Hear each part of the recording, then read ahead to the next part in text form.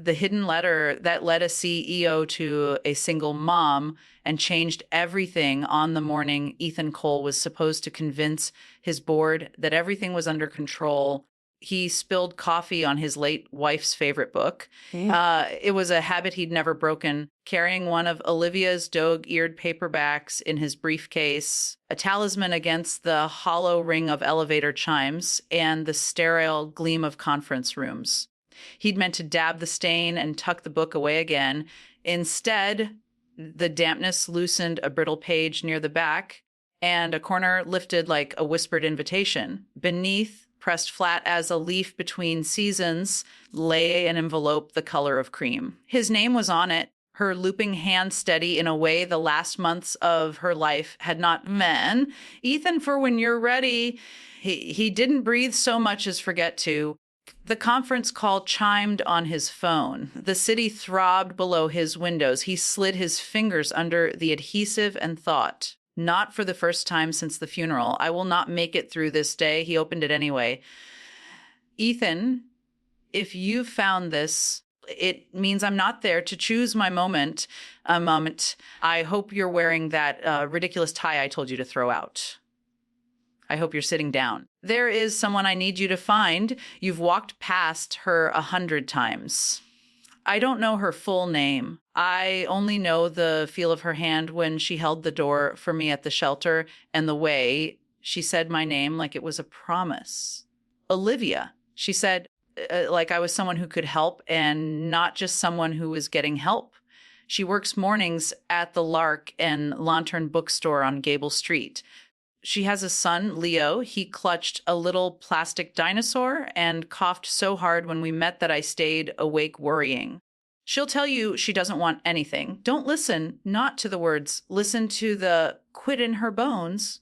Find her. See her. Do for her what I couldn't finish. The rest I trust you to figure out because you always do. Love, live, P.S. You leave coffee rings on everything. I'm letting you have this book anyway.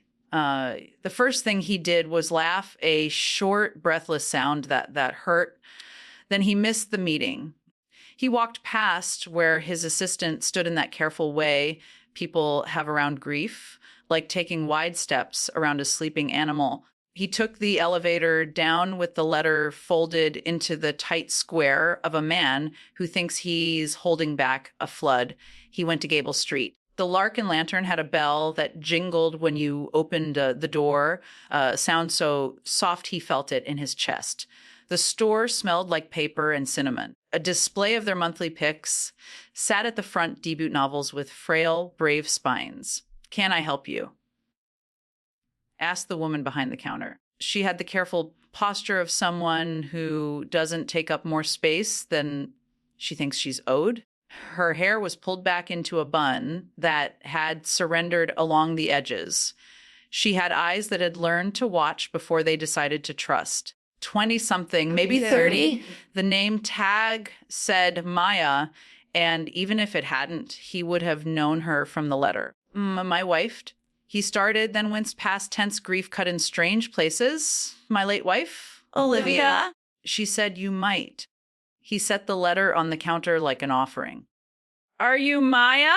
Is there a boy named Leo? A sound traveled across the small distance between them. Not a yes, not a no. Something closer to a careful breath. No one named Leo is in trouble, he said quickly, recognizing the way fear moves a parent. I swear. My wife left me this letter. She asked me to find you. I don't need anything, the woman said, as if that settled it. He opened the letter to the line about the plastic dinosaur and the cough. He didn't look up until he heard the change in her breathing. Small involuntary hitch. She remembered that? She remembered you? He said. Maya's hands were clean. There was a cracked line by her thumb, the kind that comes from dish soap and winter. She touched the paper, then snatched her hand back.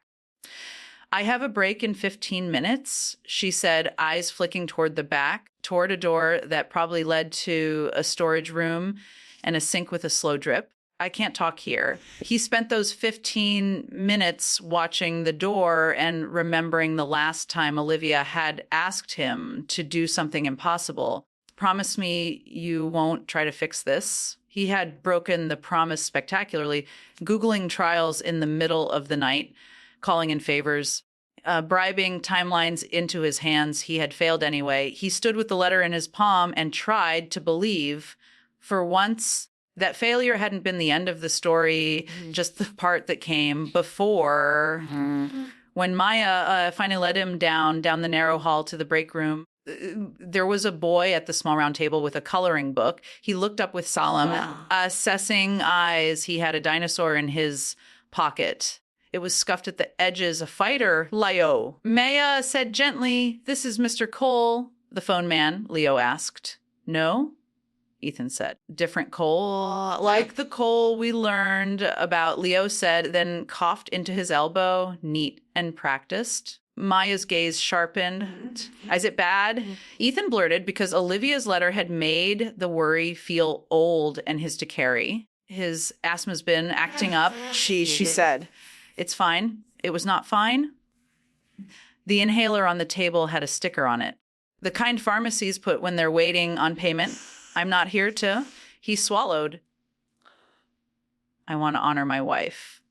She asked me to find you. She asked me to see you." "What does that even mean?" Maya asked, and now there was an edge to her voice. "See me? I'm not a Project Mr.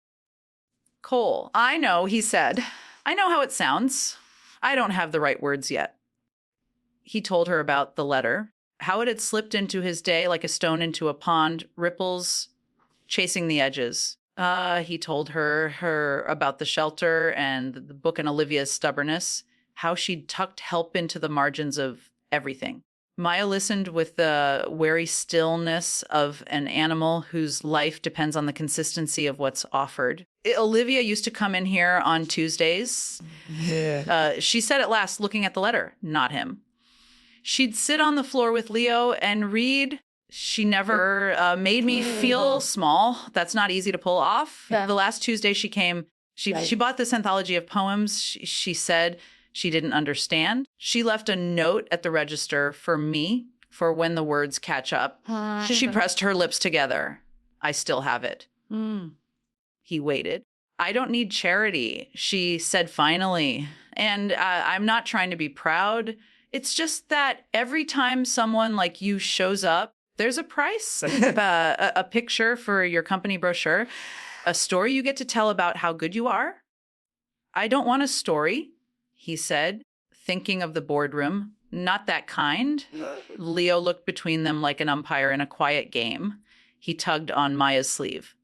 "Mama," he said, "is this the sad lady's husband?" Maya flinched. "Leo, it's okay," Ethan said. And to Leo he added, "Yes, Olivia was my wife. She was nice," Leo said, as if he were confirming a fact about the weather. He reached into his pocket and pulled out the dinosaur. "Triceratops. He looks brave," Ethan said. "Haze scratch." Leo held it out with both hands. "From falling. We all get scratched," Ethan said softly. Maya watched him, something old and tired in her eyes, and beneath it, something like heat. "I don't know what to do with this," she said, touching the letter again. "But I could use an extra shift. The store won't give me more hours." Leo's inhaler. She stopped. "He needs it. Let me cover that," Ethan said before he could remind himself not to lead with money. "And not because it's charity, because my wife paid for enough of my stubbornness and I owe her interest." The words came out wrong and ungainly, but Maya surprised him by smiling. It was not a big smile. It was the kind that happens when something heavy lifts a fraction of an inch. "You're weird," she said. "That tracks." Ethan said he paid for the inhaler and left the store with his phone full of numbers. The pharmacy, Maya's, a contact at the shelter whose name Olivia had written once in a notebook he hadn't touched since. He stood on the sidewalk and looked at a city he'd lived in for 2 decades and saw that most of the people Moving inside it had nothing to cushion their falls. It should have been enough. A letter honored, a bill paid, maybe a call to the shelter to donate in Olivia's name.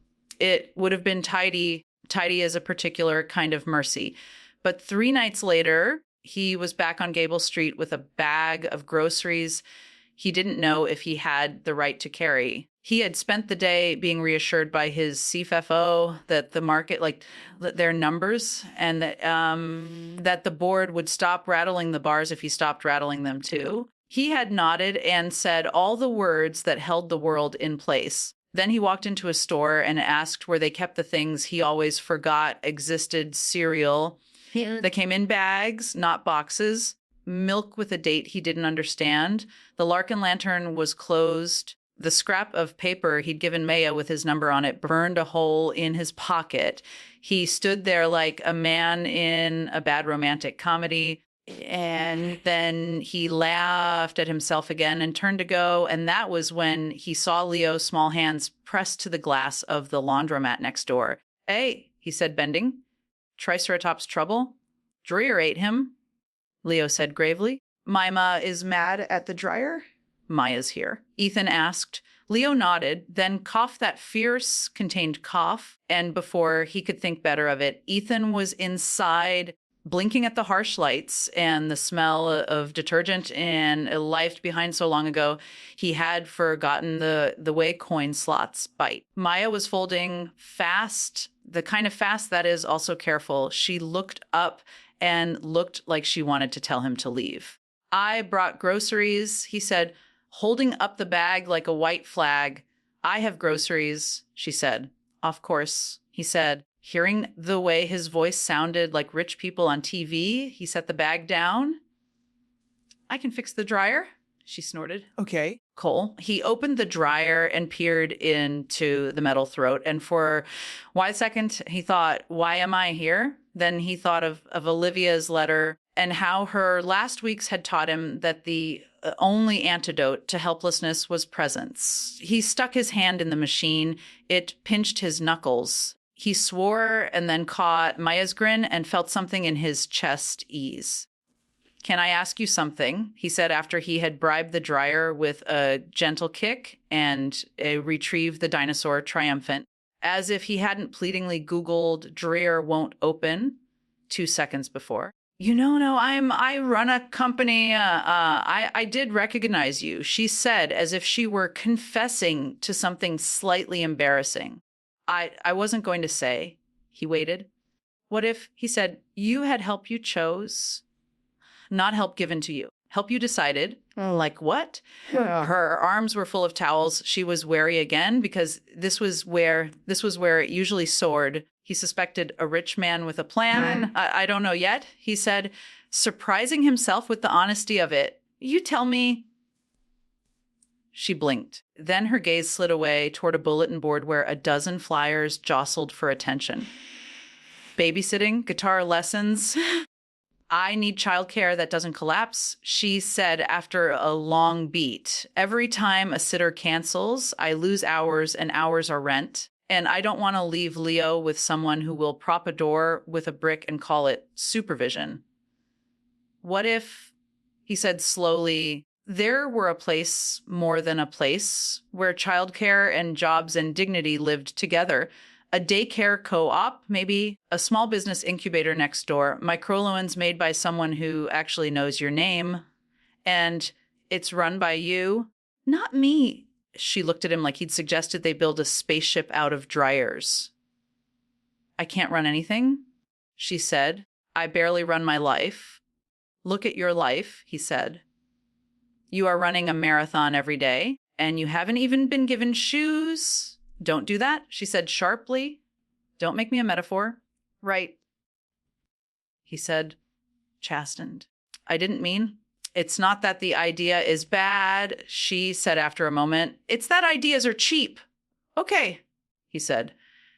"So let's start with something that isn't." He left with an agreement that wasn't a promise so much as a plan to meet in a week and talk about what a co-op could look like in a city that ate plans. He stayed up too late reading about mutual aid and co-ops and realizing that for all the ways he was considered competent, he had trained himself to be an expert in ladders, not tables. He returned with maps of the neighborhood and printouts of zoning rules that made no sense to anyone who had ever needed anything quickly.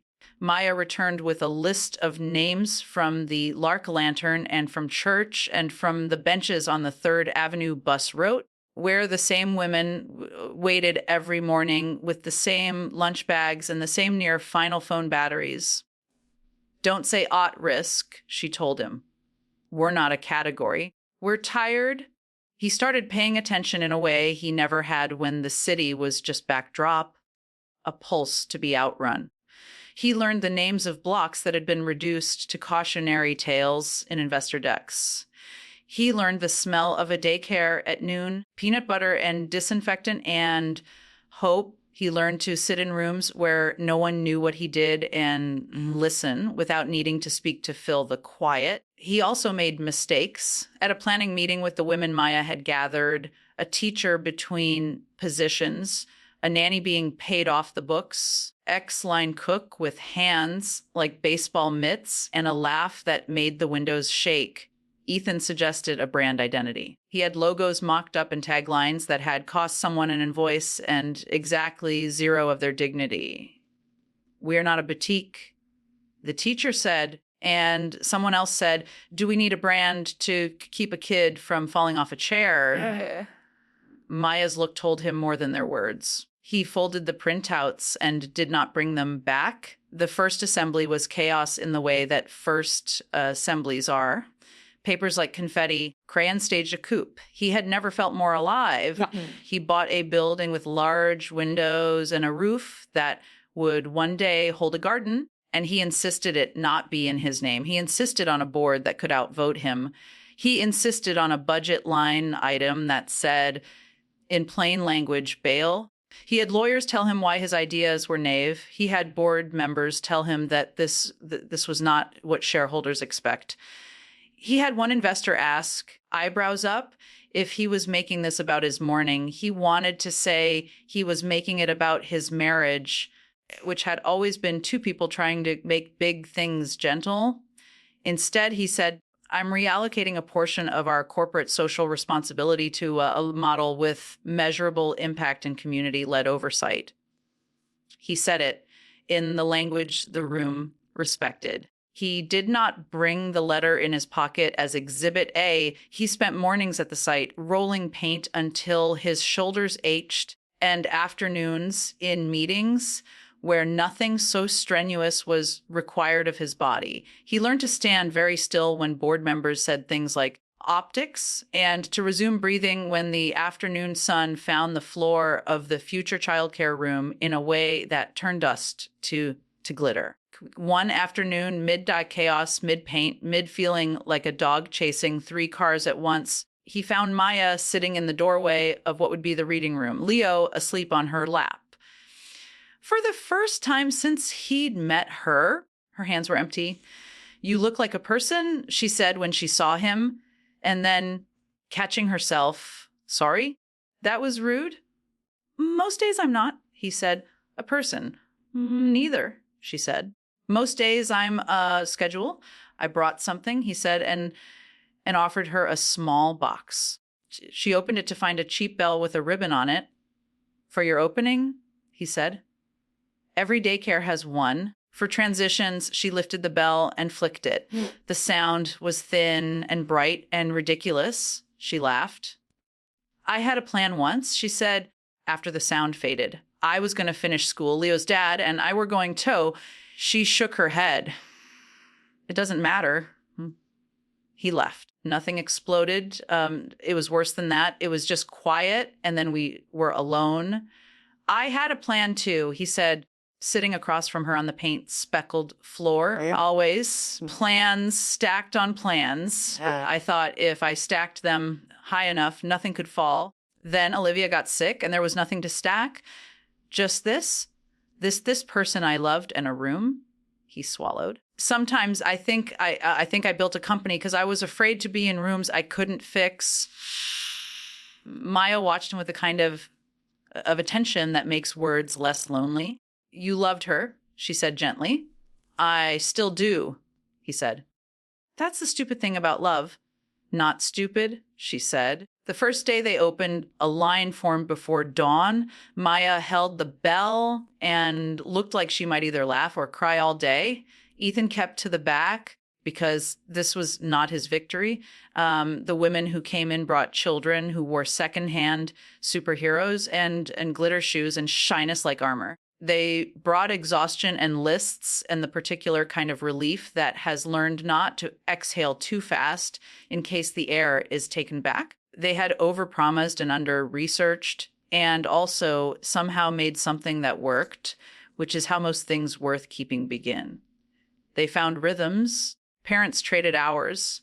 Ethan learned how to cut snacks by the kind of math kindergarten demands. He interviewed candidates for the small business grants and heard ideas that were not ideas so much as life preservers. A laundromat with a childcare corner, a hair braiding studio where the waiting room was a homework club, a food cart with a rotating menu of recipes from 5 countries, and a tip jar that said in marker, rent. He walked into his office one Tuesday with paint still under his nails and microloan applications in his briefcase and sat in front of a board who had decided he was a risk. The CFO, Anika, a woman with patience like a scarf in winter, texted him a single line, remember your harbor. He didn't know what she meant until he saw Olivia's letter on his desk.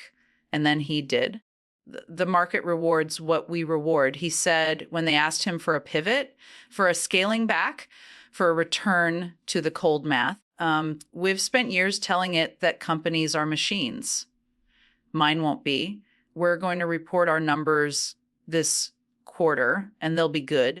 But we're also going to report something else, the number of parents who didn't have to choose between a shift and a child having a fever. The number of nights the light stayed on, the number of divorces we stopped by offering hope where there was none. And if you think that has no value, then we're in the wrong meetings. You're becoming a philanthropist, Ethan, one board member said tightly, as if it were a disease. I'm becoming a person, he said, and he meant it with a shrug and a prayer. He left the meeting with his job intact and his timeline uncertain, which is to say he left the meeting with exactly the same security as everyone who had stood in that pre-dawn line. There were missteps. A week after the opening, a man came in who had a habit of waiting until closing to ask questions that weren't questions. He raised his voice in the lobby. The kids watched with the animal alertness of the very young, reading the weather. Ethan felt a cut of anger so precise it was almost relief. Maya stood and talked to the man in a voice like a doorway. The man left without throwing the chair he held. Ethan went outside and had to stand with his hands on his knees to keep his body from believing it had more to do. Don't save me, Maya said quietly when she joined him. Stand with me. Okay, he said. Promise, she said. I promise, he said. Knowing the size of the word and not using it lightly, he started taking Leo to school on days when the timing threatened to unravel everything. He learned the names of dinosaurs unironically. He answered questions like, do rich people ever get bored? And what's your favorite smell? He told Leo it was the way the city smells after rain and the way time smells when you open a book that had a letter in it. Leo decided his favorite smell was pancakes. Maya's life didn't become a montage. That's the thing about change. It's less a jump cut and more an inching forward on hands and knees up a steep hill. There were days the bus didn't come. There were days she cried in the bathroom and dried her face with paper towels that left lint like snow. There were nights she sat at her small table and did math so unforgiving it contained no art at all. And there were also lunches at the co-op when the women compared recipes and sometimes lives. There were slow hours at the bookstore where she shelved poetry and let her mind bloom a little in the spaces between words. There were Saturday mornings when she and Leo, breathing easier, running longer, walked to the park with coffee she no longer pretended was an indulgence. One late afternoon, after a day that had felt like a week, Ethan found a second letter in the back of another of Olivia's books. He had begun to suspect his wife had planted a forest of them. This one didn't ask him to find anyone. It was instead a confession. I didn't tell you how scared I was because I didn't know how to. I thought if I kept moving, the fear would get tired. Didn't. It just learned to nap. Think about the first time you brought me lilies and how I pretended I preferred sunflowers because lilies die in such a dramatic way. I didn't want drama. I wanted ordinary. I wanted to fight with you about the thermostat when we were 70. You're good at building what didn't exist. Don't stop. But remember that not everything worth building scales. Some things only work if they happen at a kitchen table with crumbs. Also, you're going to meet people I wish I had known longer. Maya? I'm sorry I left you the hard part. I know you can carry it. Mm-hmm. I'm not asking you to be a savior. I'm asking you to be a neighbor. Love, live. He brought the letter to the kawa up and read it to Maya after the kids had been collected, after the bell had rung its small triumphs, after the sun had slanted low and made the floorboards look like a river. Your wife, Maya said, eyes bright, was a poet. She would have liked you to say that, he said. Do you think she'd be mad at me? Maya asked quickly, like a thought she'd tried not to let out. For taking your time. She was very bossy, he said. She would have assigned me to you. They laughed, and the laugh landed in a place where the air felt light. Fall came. The co-o painted paper leaves and taped them to windows. A local news channel did a piece that made everyone look saintly and exhausted. The CFO dropped by on her lunch break and sat cross-legged to read to 3 kids about a dog that learned patience. An investor sent a terse note that said, my mother was a single parent. Keep going. The first time a parent who had been a client became a manager, they brought flowers, not because of Ethan, not because of the company, because women who had met in a line that first on now had keys. And at the winter fundraiser, because even a community, especially a community, needs money. The gymnasium of the old school they'd rented was a miracle of string lights and folding chairs. People who had never been in the same room realized they had the same laugh.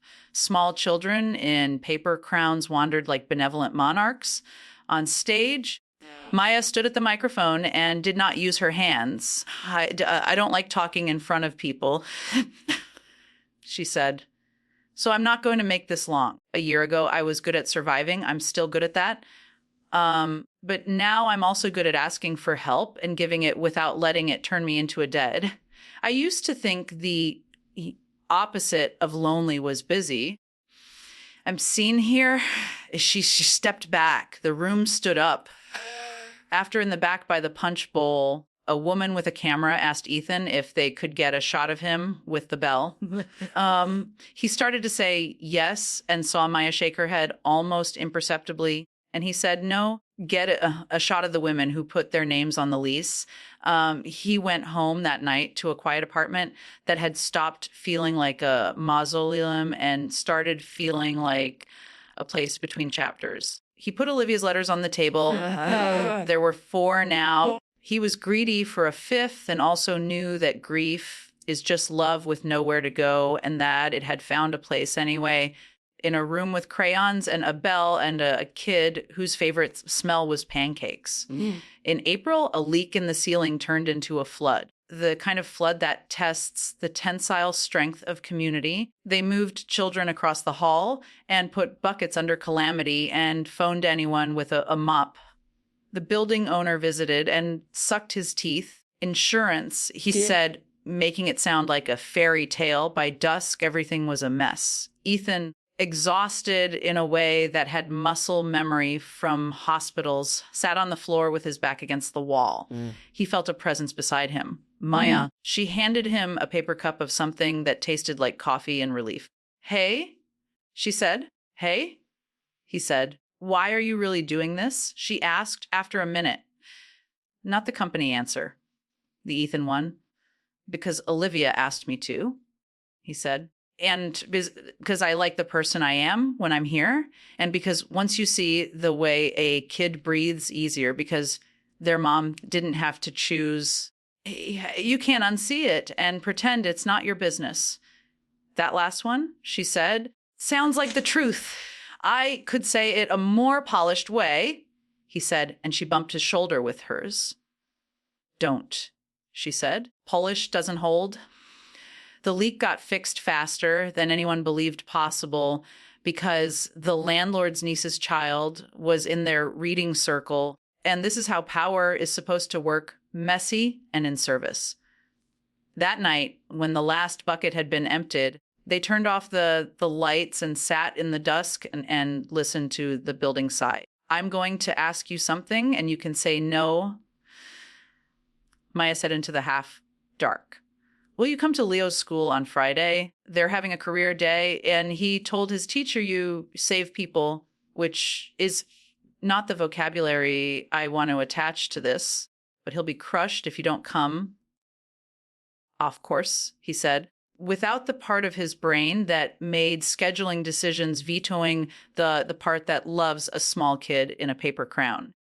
I'll tell them I've helped fix dryers. He went and he watched a room of small humans in carpet circles look at him as if he were a relative of Santa. And he told them that he made mistakes and asked for help and sometimes forgot to eat lunch, and that none of those disqualified him from doing something good. He said that when he grew up, he wanted to be like them. I'm curious and small.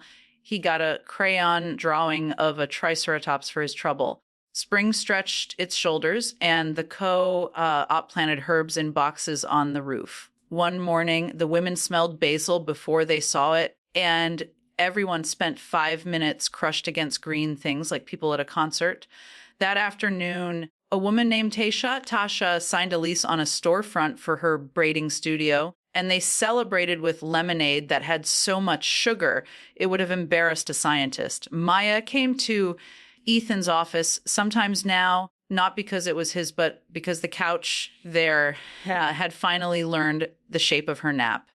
She'd file forms with grim concentration and then look up and say, we should do a movie night. And he'd watch it transform from a suggestion to a plan to a pile of blankets on a gym floor in less than a day. They argued about whether to expand to another neighborhood, about whether to accept a donation that came with a plaque and a speech and a feeling they couldn't swallow. They argued about a parent who kept missing pickup and whether tough love is love at all if the toughness is mostly fear. The night the plaque donor insisted on a photo and an access badge and a say, sat on the curb outside the building and ate takeout dumplings from a paper bag and said nothing until the part of their anger that was pride drained away. Do you ever get tired of being everyone's hope? Maya asked, soft. He laughed, surprised. Hope is not my burden, he said.